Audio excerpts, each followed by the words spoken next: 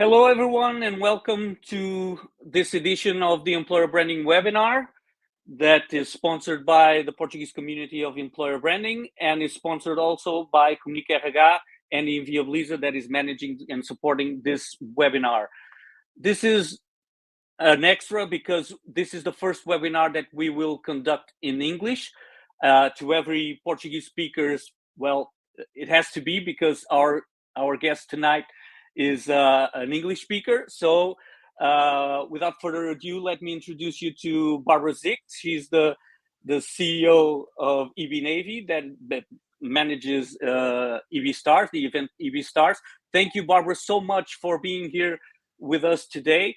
For us, it's a huge pleasure to be here with you and also to speak a little bit about our partnership and also the event that obviously you created and manage. So welcome, Barbara. Let me just introduce a little bit about what we will be talking for this hour. So for those of you that don't know the EV Stars is a digital event that happens yearly. And so it's my pleasure, obviously, to invite you all to attend EV Stars this year. But let's get to know a little bit more about the event and about obviously Barbara in it also. So Barbara, can you tell us a little bit about yourself and how did employer branding come into your life? Thank you very much for that question, and thank you very much, first of all, for inviting me to this webinar. I know, guys, there is a lot of sun in your country, so yeah, but I'm calling from Poland these days. It's rainy here, so yeah, I would like to be on your side. Thank you much for asking the question. And well, first of all, answering because Employer Branding Stars project is my own, maybe not the project of my life, but it's it's something that I really wanted to do, and from the very, maybe not beginning, but for many years. And actually, I started Employer Branding Stars. The name was, it was a contest of the recruitment marketing campaign. It was based in Poland, so the country I started from, and we took 10 years of the rounds of the contest. So it was jury based. It was very known in Poland. So once we started to think, okay, so what should be the name for the digital global conference or for employer branding specialists, this name popped up, and it was obvious choice because everybody, there is kind of magic behind the Employer Branding Stars, because everybody wants to be a star. Everybody from employer wants to be a star. So we already knew that this is something magical in this name. So we decided to finish the jury-based contest that we ran for 10 years, and we started to think about it as a wider project. Obviously, Polish colleagues, Polish community wasn't very happy with that, but we decided to stop the jury-based contest because it's kind of tricky contest. I've been a panelist in many different jury-based contests, and I know how it's how hard it is to really decide how biased it can be. So we said, okay, so this is going to be the name of the community, the event itself. We're running Employer Branding Stars Academy for the folks from different countries, and Employer Branding Star Award is a contest that is based and run by Ibinavi, a tool that is 100% based on data. I'm probably going to reveal that later, but we say, okay, we want to assess employer brands based on data, because this is very honest and the real contest, I would say. So yeah, so that was the road and the name. So we started this project being global, like, I don't know, 3 years. It was just at the beginning of pandemic, so we decided, okay, so now is the time to go wider with our framework and with our approach. Yeah, how it happened. And sorry, I'm very no no problem, Barbara. And yourself, let me talk a little bit about yourself, Barbara, because I know that huge background that you have. So who is Barbara? yeah, that's philosophical question, it's like it's kind of hard to yeah, but in terms of professional life, well, I started, that's funny because actually this is telling a lot about employer branding these days, because I still find it very developing myself. I'm still curious about some things in employer branding. That's why I'm still doing employer branding after like 20 years. Being in that area. So this is still something interesting. This is still something developing. So this is very eclectic area. Yeah. So I've got my PhD in psychology. I've been studying economy and law as well, and I decided to stay in employer branding because it still is giving me the opportunity to think, develop, meet brands, meet a lot of organizations. It's still developing in terms of marketing tools, data, now generative AI. So it's like this is giving me a lot of mind exercises. So this is still interesting for me. But I started in HR. I was just doing some recruitment, so I know the basics of that. Then I started to do some HR things, consultancy, and then just employer branding started to be present. And we will get one project from the huge company, and we say, okay, we can do that because we were a small team of marketing and HR guys. So we said, okay, why not try to match that skills? And that's how it started. And I always wanted to educate people. I was a teacher from my heart, or lecturer. I still do lecturing, so I'd say, okay, why not just set up Employer Branding Institute, because it's not only about being an agency, but also about educating, having a mission, setting up standards, and that's how we started. And it occurred that we were like first or the second agency in our area. And employer branding started to be popular because the market in Poland was very hot that days, which is still yeah. true. So that's how it started, and it was like I don't know, 12, 13 years ago. So now we have a portfolio of more than 500 big brands and huge knowledge behind. But thanks to that, we started to also think, okay, so there must be some, I'm a kind of framework brain. I just need to understand what's going on, how to approach any brand, any issue, any challenge with one framework. I need to understand. I just cannot do employee branding, like do execution, do campaign, whatever. I just need to understand what's going on, how it's connected. So we started to develop our own framework, and then how Ibinavi started to just being a tool for our internal consultants, because it was very hard to develop organization consultant, employer branding consultant, develop and train really to be ready to approach any company in the world. So we say, okay, we need some internal tools. We need to have some auditing tool to make it quicker. And that's how the Ibinavi tool started. So yeah, it was the story, and I'm perfect. Yeah, so it was just a need, and I must say, then we started to think, okay, so why not to share with the world our framework, our knowledge, and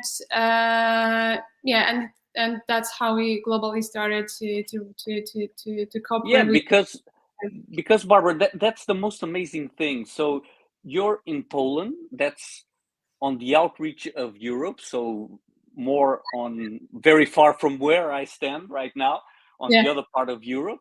So how did you manage to get such a widespread, to reach so many people? And nowadays, like you mentioned, so you grew that you have now 500 international brands working with you. So how did that click happen? coming from Poland, just position yourself in Poland. So what made the difference when you think about it, looking backwards? What do you think made that difference? Well, I think the mindset is a clue. I've never been thinking about, oh, we're from Poland and we have to, be, we have to be better or we worse or whatever. It's that's a mindset that we really do a great stuff, and we believe that. And we actually see that there is no one approach to employer branding, how to do strategic employer branding. There is no single book that you can just go through and learn. And I know that because I'm a head of postgraduate studies in employer branding for 10 years. So every student who is coming to me asking, where can I find a book, even in English or any other language, it's still like there is no such position. So this means that it's really hard to find like a one stable approach to employee branding. And we knew that was the first thing. So the mindset, there was still a place on the market that people were looking for. Okay, so I want to understand how to approach my employer brand, but there is no a good source. When you go and Google employer branding strategy or strategic approach or how to do my EVP, you find a lot of content, but mostly marketing content. So you cannot learn. Yeah, even with GPT-4 now, you still cannot do that. So yeah. So it was.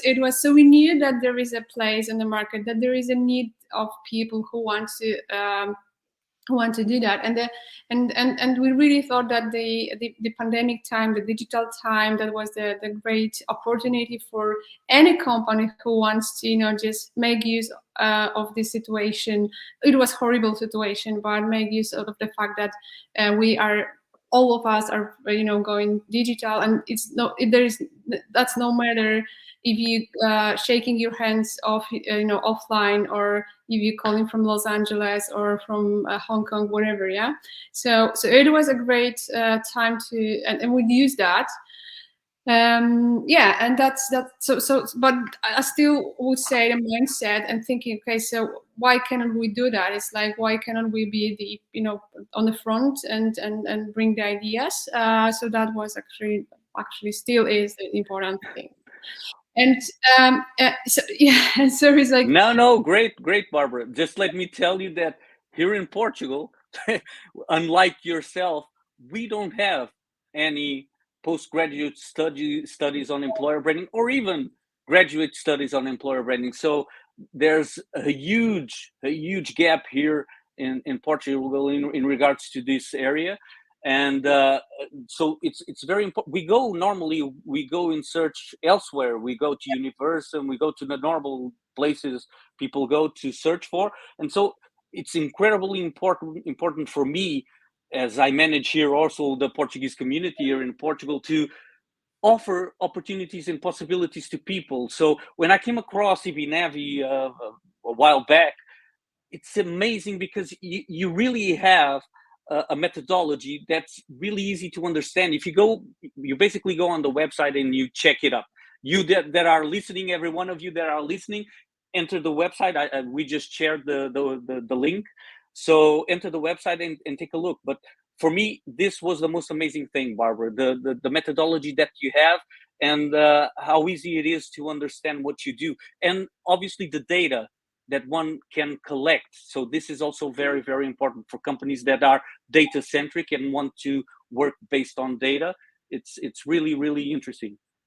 Yeah, thank you very much for that. It's always we are like I would say in employer branding there is a lot of people who don't want the change to be made, like still thinking about, okay, employer branding is just about, maybe not just about, but about being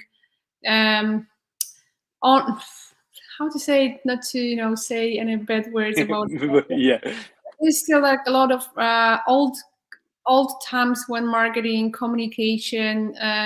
so conservative. People are very conservative. Yeah. Yeah, but when you're looking at the marketing and how it developed from just being like branding to the performance marketing and supporting being very, very supporting function to the sales.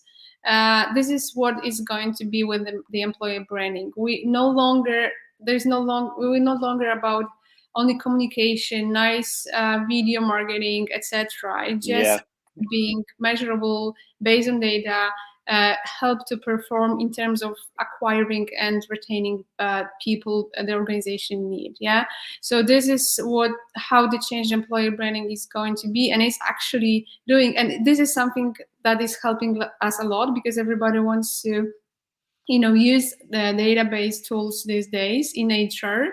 HR is going through the huge change to be data-led, so the same with employer branding. And I know there's still a lot of people who are saying, okay, like these days, like AI is not going to help us because it's not going to write a great copy for employer. Yeah. So I was like, this is the so I would say I'm happy with anybody who wants to be in employer branding, but we really think employer branding is going to be about data technology, and as marketing is actually, and the change is going to be the same, the path, but it's just like the matter of time. But in terms of our tool, our approach, we always been research-based, database. So for us, it's natural to operate on that level. What do we have to do? We have to educate people in employer branding, in HR, in marketing as well, but mostly in employer branding, that how to use data, how to use because there is no longer the problem with data. Like in terms of data sources, there are many data now these days. Organizations, the problem is like how to approach this data, how to use all this data together to produce your EVP, monitor your brand, etc. So this is a great moment, I would say. And and amazing, Barbara. And data approach is it's our advantage, I would say, but also we really took care of. That was actually the idea that from the beginning, it was like we quite quickly understood that we have a powerful framework that we developed, and we can, because there were other agencies who wanted to do strategic consultancy in employer branding for their clients, but they were coming to us asking, okay, so teach us how to do that with our clients. So we say, okay, so they have no skills in strategic approach, so maybe we can, instead of teaching them how employer branding strategy, because it's really hard. It took a few months of intensive training or postgraduate studies to be a strategic consultant. So we said maybe we should share the framework with them, and that's how partnership in our tool started. So we really take care of educating people how to use data, how to use tools. You don't have to use our tool. You can go to academy or training or event, employer branding stars, and you can see and you can develop yourself and your team in that. So that's what we care. And we're just we're easy.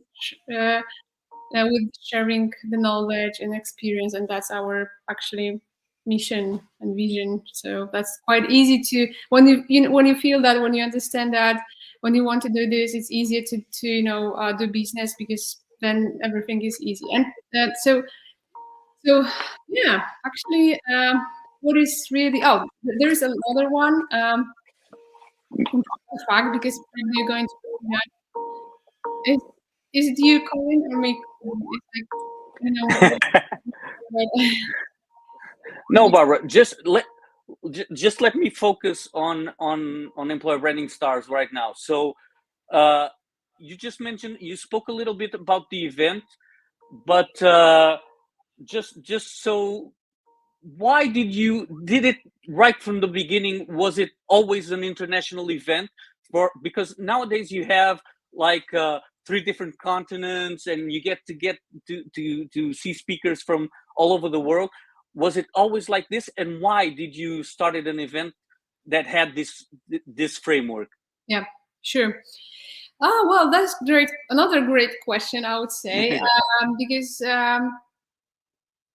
how to say that? We definitely first thing, the first idea was, or the first need was our need, because we really wanted to know what Singapore or what China or what Australia or what South America. We knew Europe, but we didn't knew ourselves, our team, myself. We wanted really to get knowledge how it is in other countries. We also, so that was the basic need of us, and we said, okay, so if we have this need, so maybe there are other guys who would like to see how, you know, other countries are coping with the same challenges. And so that was the first thing. Then we were working with a global company, and we knew from the very beginning that there are cultural differences. There are countries that has totally different, you know, maturity in employer branding. But also when you think about personas, when you think about tools, there are, you know, huge differences there. But yet you have to, for example, localize the same global EVP into this market. Yeah. Mm-hmm. So it was like, okay, so there are the same issues, the same challenges might be addressed in different ways, in, you know, dependent on the market. And I was really thinking, okay, maybe there are, you know, we based in Europe. Europe is very developed market itself, like one of the most market in terms of employer branding. Obviously started in UK, but there is a set of tools that you're using. When you go to China, for example, there is like totally different, but Yeah. totally different tools. They have no Facebook, Instagram. They've got TikTok, but they've got mainly they're using WeChat, and it's like they still have the same similar issue with the sourcing talents, for example, and keeping talents, but they're using totally different mindset, totally different tools to address that. So we said, okay, maybe there are some, maybe those countries, those regions can, you know, share the knowledge, and that by this sharing, the people can learn something new and get inspiration, not from their country, not from the region, but even from, you know, From elsewhere, yeah, from all over the world, yeah, from different continents, for sure. And that was actually the fact when I was sorry, that is the last thing, and I was I was in a, so I took like 3 years ago, before the employer branding starts even started, I was a jury panelist in a recruitment marketing contest, the biggest one in China, and I was shocked how well some of the companies, how well they were playing with the, for example, recruitment marketing or campus marketing, social media. There was so great cases, but they have no knowledge about what is EVP. Yeah, so Yeah. I was, wow, so you can do great employer branding with little or no knowledge on EVP. It was like, okay, so there must be, you know, other ways than we have in Europe to address the business challenges. So that was the moment I said, okay, we have to, you know, have some, you know, place that we can show different approaches, different case studies, etc. And definitely what was surprising, there was a great space and great place. There definitely was, I'm pretty sure it was a need of everybody who were operating in employer branding, who wanted to see how other countries were doing. Because when you look at the scene of employer branding globally, there is no such event. We are actually the only event in employer branding that is hosted globally, not in Europe, but also is, you know, taking care of South America, China, Australia, Africa, and obviously Europe. So there was no such space, and I think there are certain group of people that still needs this kind of knowledge. So yeah, I think it was a good momentum. I speak for myself, Barbara. I only can thank you for developing this idea.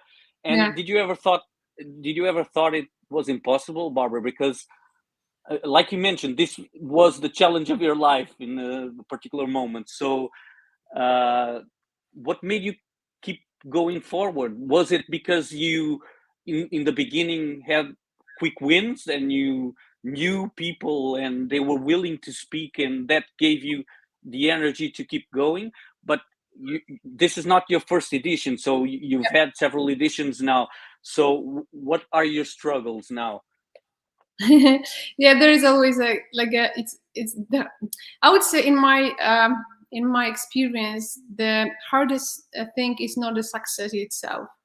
The hardest thing is to keep the success and growing after you reach your goal. So actually that, and whatever I'm starting, I always think, okay, so what if success will be like what if success happens? So you have to be ready with that. I haven't been ready for that in many situations. I started different projects before. Some of them, I would say most of them was a success, and then we had too many projects, for example, to run, so we have to just kill them. So yeah, so it's like there's not a problem with success, I would say. Just that's before Employer Branding Stars Global Edition, like festival, we hosted like 20 offline biggest event in Poland itself. Yeah, so we were pretty sure how to organize it, what is a good agenda, what people look for in an event. So it was not a problem. But actually it was a hesitation, like, oh, maybe people don't. We tried to look as professional as we could. We tried not to share too many information like we are from Poland, because that's obviously not anybody at the first edition. And we knew that there is the most important thing is to have a good agenda with big brands. First few brands are selling to other brands, so it's like there is some rules when you want to get people buying tickets, or not even buying tickets but registering, giving you the time. So there's a certain set of rules. But so it was a but it was still a surprise for us that people reacted to that, and how easily we were in terms of getting great speakers to the stage. Yeah, so it was definitely a space on the market for such thing, because it was easy peasy, I would say. Yeah, obviously you have to convince first of three brands to say yes at the very beginning, but the rest was quite easy. And sorry for that. It's just for myself, a lot of things seems easy. That's the Yeah, no problem, Barbara. That's the most important thing, how you feel, because for us that will be watching and will watch, I watched last year's edition and it was brilliant. And the way you had multiple sessions going on, so you could choose multiple sessions on the event. It's I have also some experience in organizing events, but normally it's in-person events. But and it's really hard, Barbara. So to see how your team, not yourself, but obviously yourself also, but how your team manages that space and to have different guests and all. For myself that watched, I think that everything went so smoothly.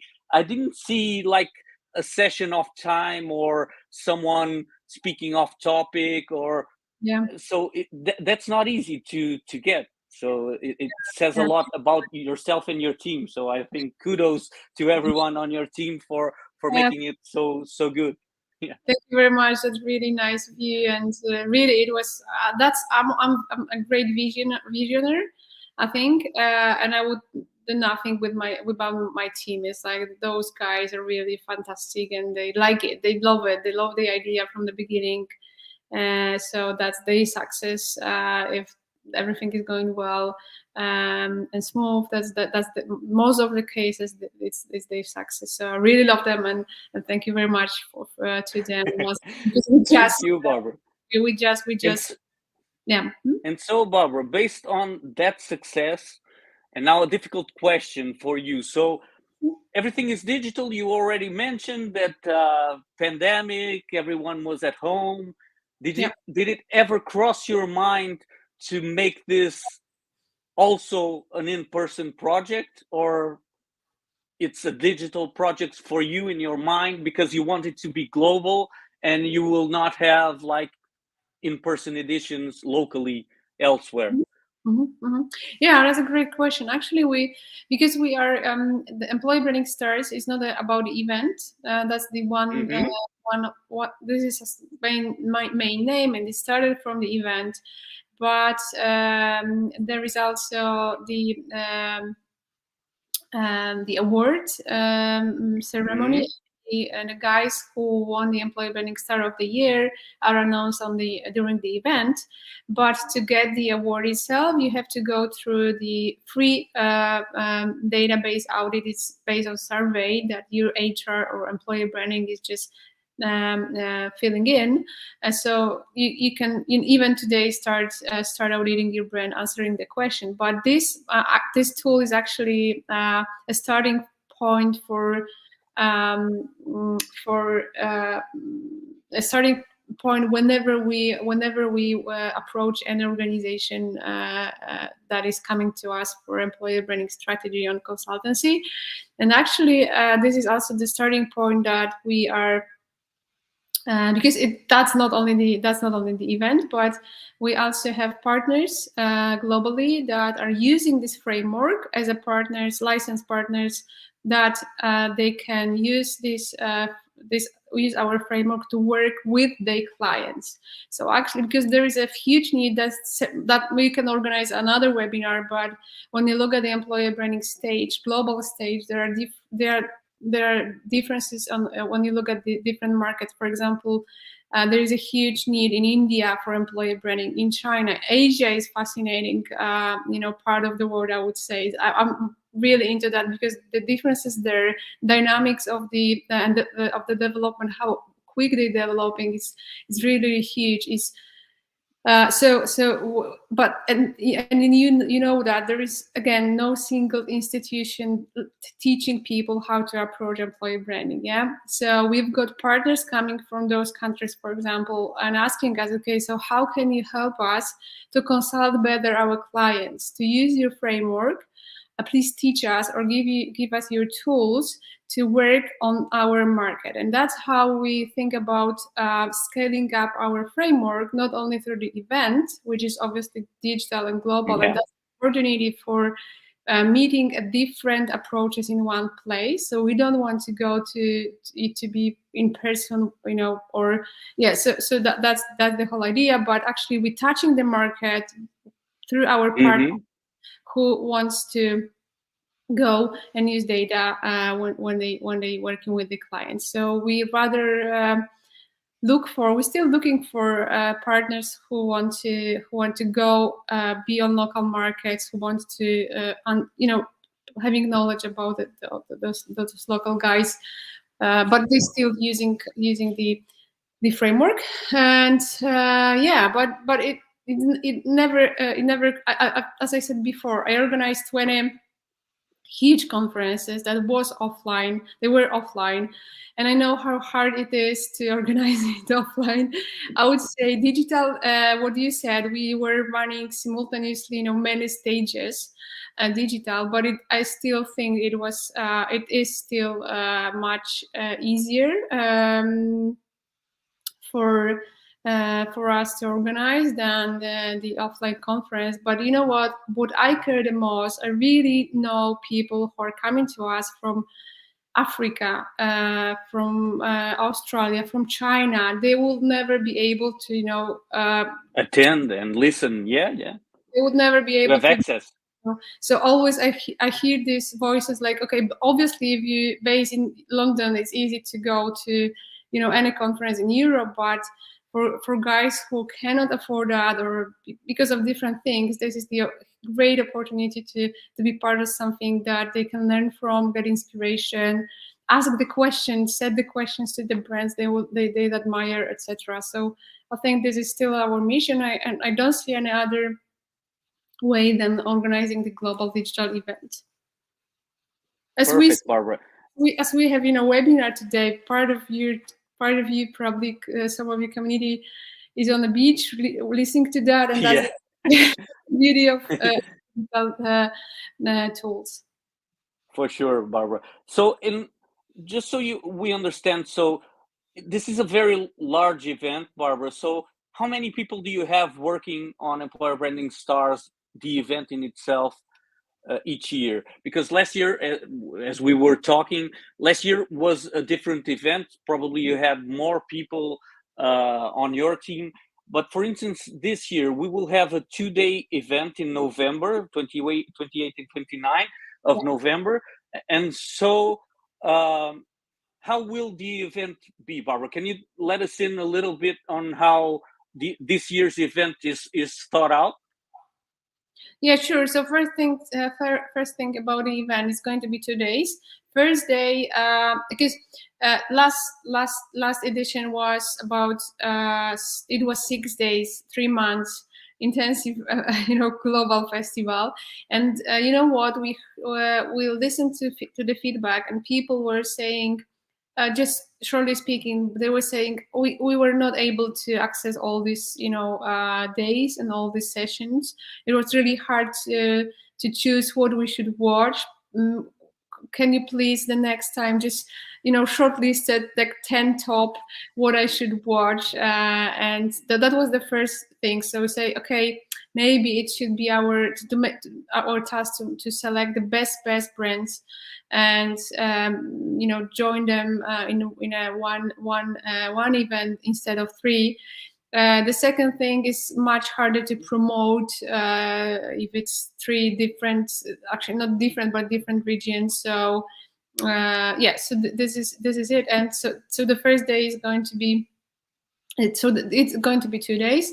The second feedback we listened to very carefully is about making this event more interactive, because our goal, first of all, and it always is to bring the best case studies from the global scene, because we really believe that sharing the case study and learning from best case studies is a huge learning. But we also heard that people, probably because the pandemic started to slow down, people started to meet offline, and the feedback was, we would like it to be more interactive. We would like it to be more like, we want to set the questions, maybe have a panel discussions, etc.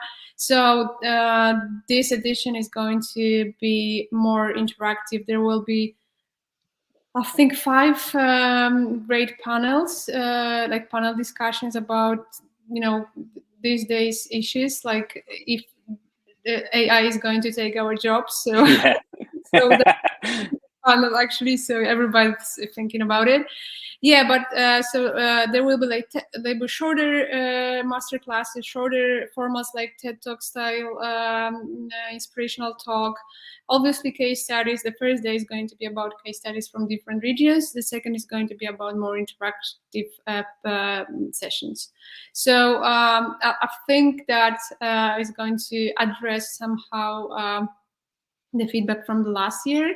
And we see it. Yeah, it's like I'm excited to have more opportunity to give the space for people to and make it possible to set questions, be in interactions, even if it's still online platform. So this is about it to the events. I would really like to invite you to that. And we've got special offer for you. Like Michael is going to send you the information to, but first 10 people are getting the free tickets using our code. So, if you're on a beach, go check your inbox. And for the rest, we've got 50% of discount for your community. So it's like, and really, we mentioned it before, it's like the tickets are not, are quite cheap. So because we're just not making money out of it, that we're just covering the cost. So it's like, that's all what we need. And so really, really welcome. Talking about team, my great team is like, this is not a huge team. We've got 3 people working, but it's like the whole year work. So it's starting just almost after the first event, the event in particular years finished. So the guys are just starting the next year events. Obviously, we've got some small holidays, some small breaks, but so this is it. But we also share the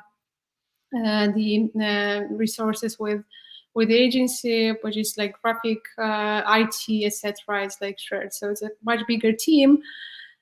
Also, as always, we cope with choosing the right vendor for streaming the platform. So it's always Yeah. So it's hard thing because but that's operational issue. But but it's that's not huge team behind, but it's really I really think that my team, that project, is really loving that, and they doing great job. Yeah, last year, Barbara, the visible part of your team, and I know there's a lot more people than those.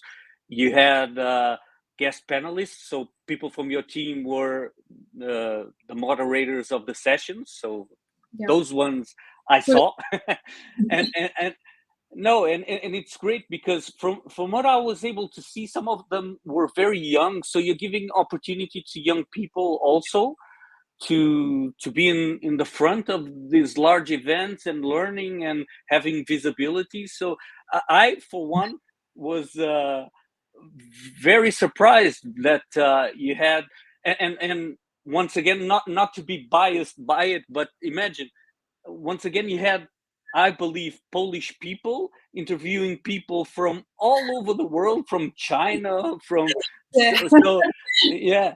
No, it was a great experience for myself, looking and thinking, well, this must really, because I also enjoy speaking, so I Right. know that not everyone is like that. So not everyone has a cup of tea being in front of a camera or speaking, but for me, I really enjoy it. So and for them that have the possibility to be working and interviewing people and helping people across the event from all over the world, I think it's an opportunity that most don't have. So this is really great also for their development, their CV, obviously, also, so their employability, so this is great, Barbara, also. Actually, that's something that is part of our EVP of our company, both like EBNavi Employer Branding Institute and Employer Branding Stars. As like this is, I really believe that what we can offer, we are not huge corporations, so it's like, but we can offer development, and that's real development, as you saw it, and you just said that.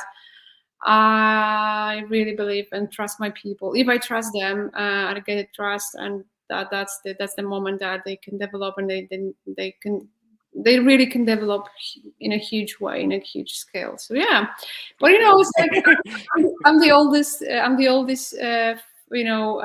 guy in a company, so I have to rely on employer branding guys.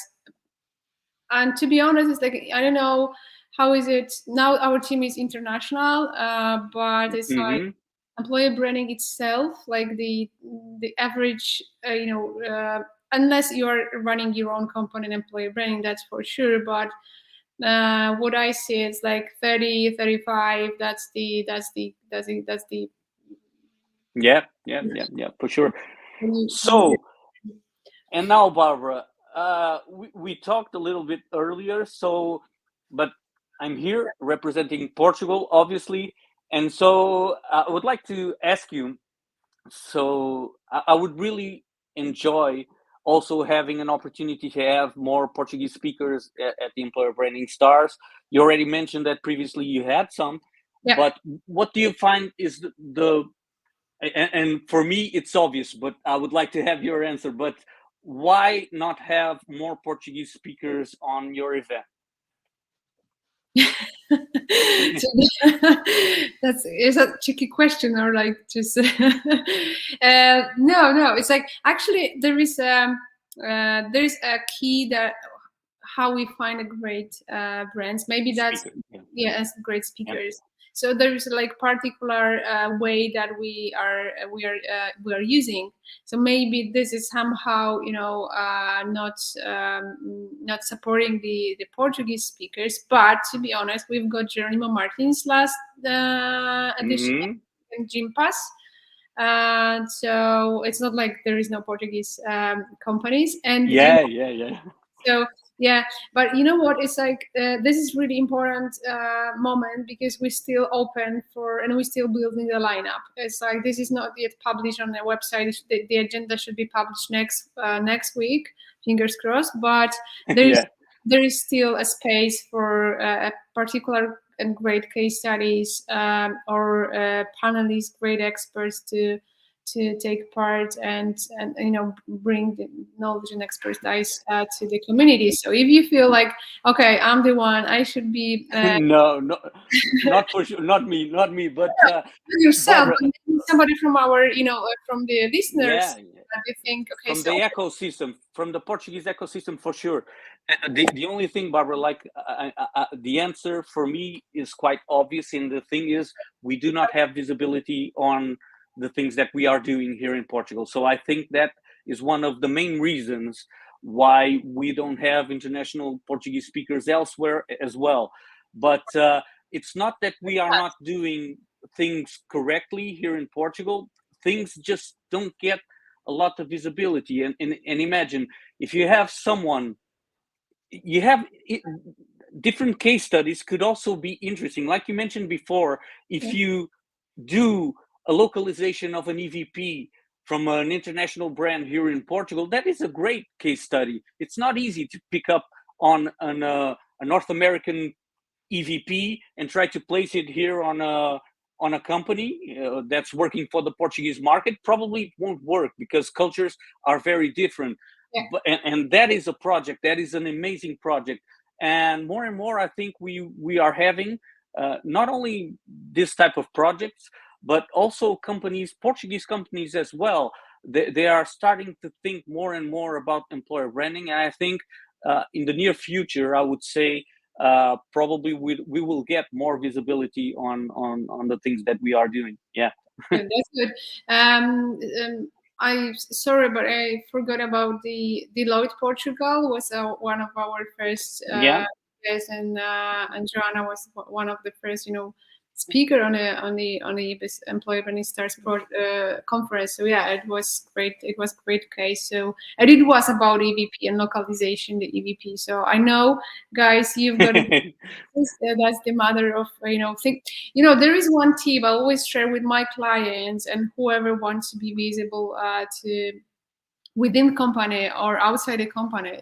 When you do employee branding, always plan at the very beginning of your projects. Even when mixing the budget, you're setting up the budget, think about how you're going to sell this project internally or externally. It's really, really important to sell and in employer branding within the organization. So when you're budgeting yourself, budgeting your project, or even budgeting resources, like setting the resources, think about, okay, so from the very beginning of the project, we're going to, I don't know, shoot some, pictures, start the channel in social media, think about how to sell it to the wider audience, because that's how you get the interest of your stakeholders, your CEO, your managers, and also the external experts. So, and this is really important, and that's what I teach my students. Always think about how you're going to sell this project, not only to your personas, your target groups, but also think about the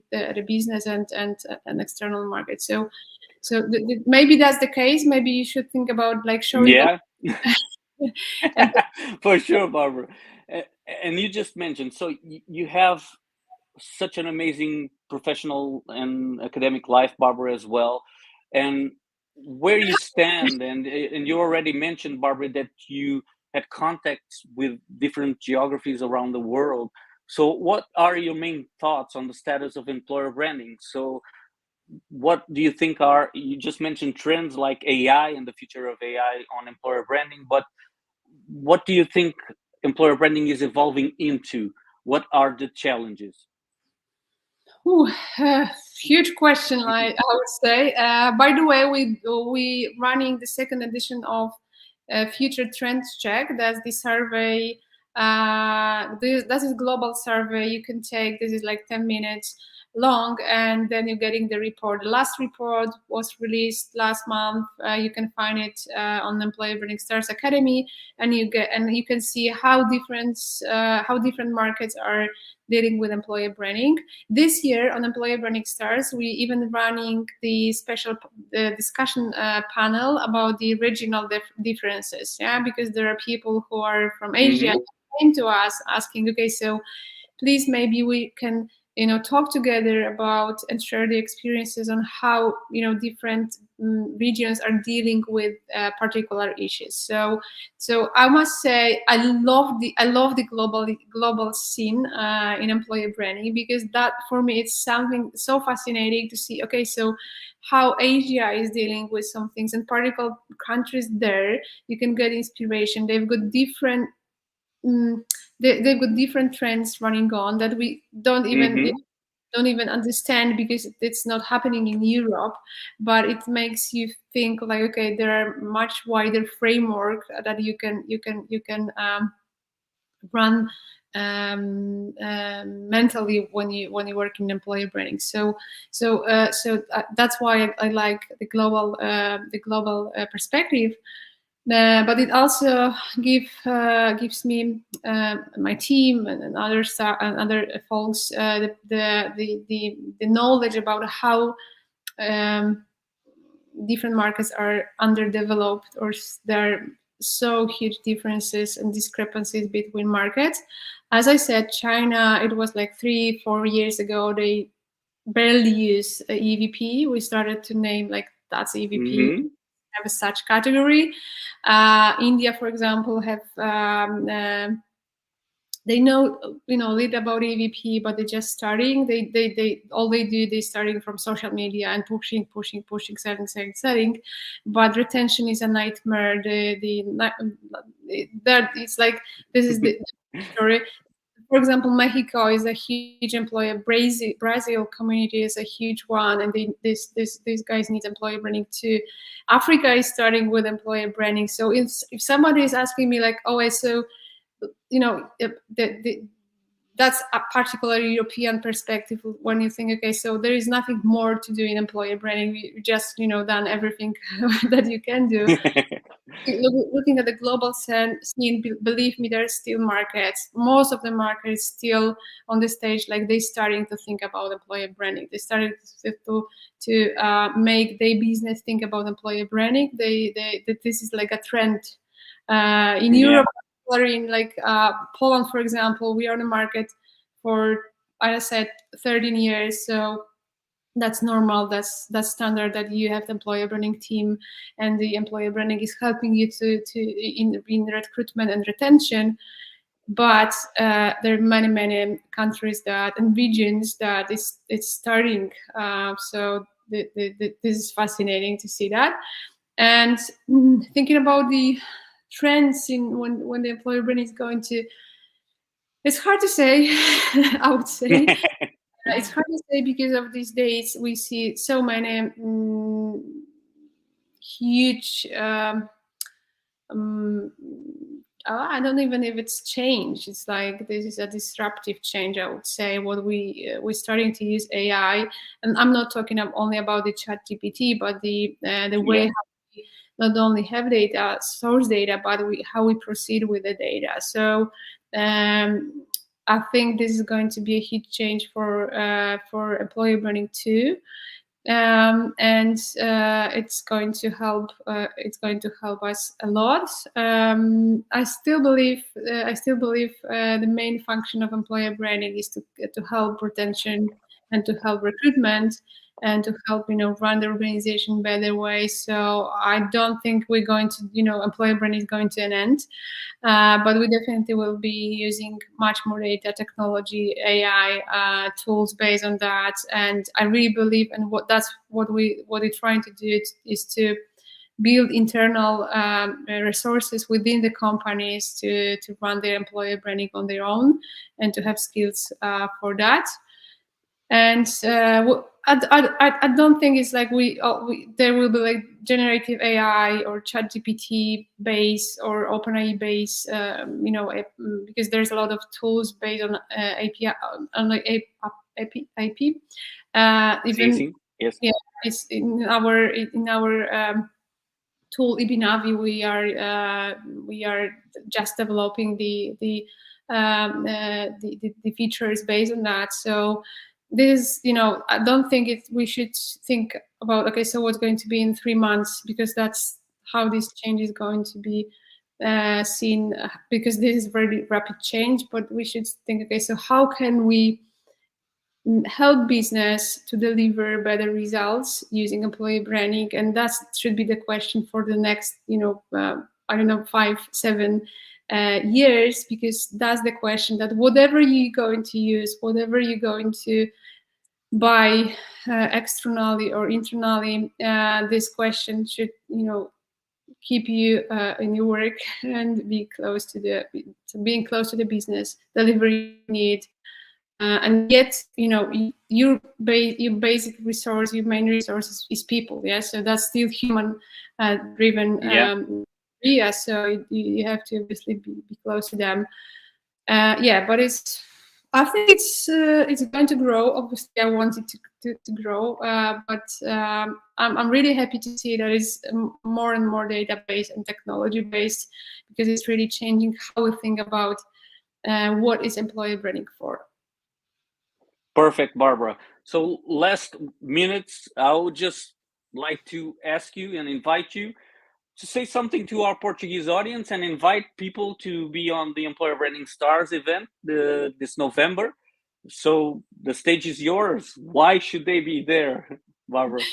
I've already, told you a lot of things about it, but really, really happy to invite you to Employer Branding Stars. That's the global event, and that's the only event, I believe, that you can meet people and brands from teams, actually, because behind every great story there is a team, and these fantastic experts wanting to share their stories. They're preparing all the presentation, and they really care. They really take care about the content. So that's the only global event, I believe. You can meet people from India, China, Europe, from States, from Africa, and see what they deliver, how well they delivered, what was their challenges, etc. And I'll also meet other people from different countries, see that you have the same or probably similar issues and challenges, and build a network for your own success. So I think this is a great opportunity to join us. And I will really happy to see you there at the end of the year. Thank you so much, Barbara, and thank you everyone that has been watching this webinar. We'll be back. We'll be back not in August, but in September with another webinar. Until then, hopefully have a great weekend, everyone. And thank you again, Barbara, for the amazing conversation that we had. See you soon. Bye-bye. Thank you very much. Bye. Thank you, Mihuel.